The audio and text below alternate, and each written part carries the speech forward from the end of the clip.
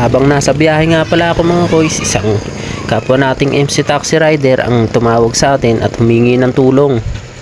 Nalaman natin na nasiraan siya ng motorsiklo at lumuwag ang kanyang spark plug. Dali-dali natin siyang pinahiram ng pantanggal ng spark plug mga boys. At tinulungan na rin natin sa kanyang pag-aayos.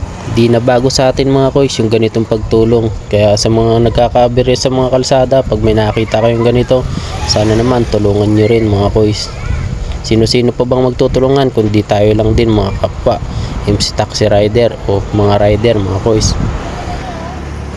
At habang inaayos ka namin yung kanyang motor, kinakabit yung spark plug, marami kami napagkwentuhan at nalaman natin na sa Taguig pa siya umuwi. Nakapaghatid lang daw siya dito ng kanyang pasahero. Isa nga rin palang MC Taxi Rider, Joyride si Pops. Dito nga pala to mga boys sa may 13, Cavite. Dito nga mga boys, di na nakatayo si Kuya Bon at tiningnan niya na rin yung spark plug. Kala mo naman talaga may alam.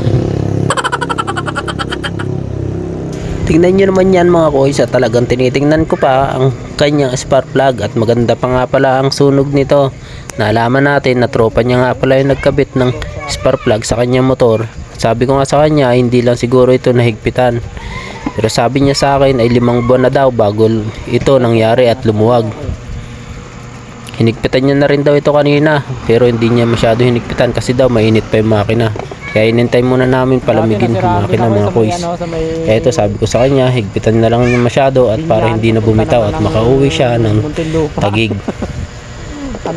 Shoutout nga pala sa iyo Pops, di ko nakuha yung pangalan mo. Comment ka na lang dito at ride safe palagi.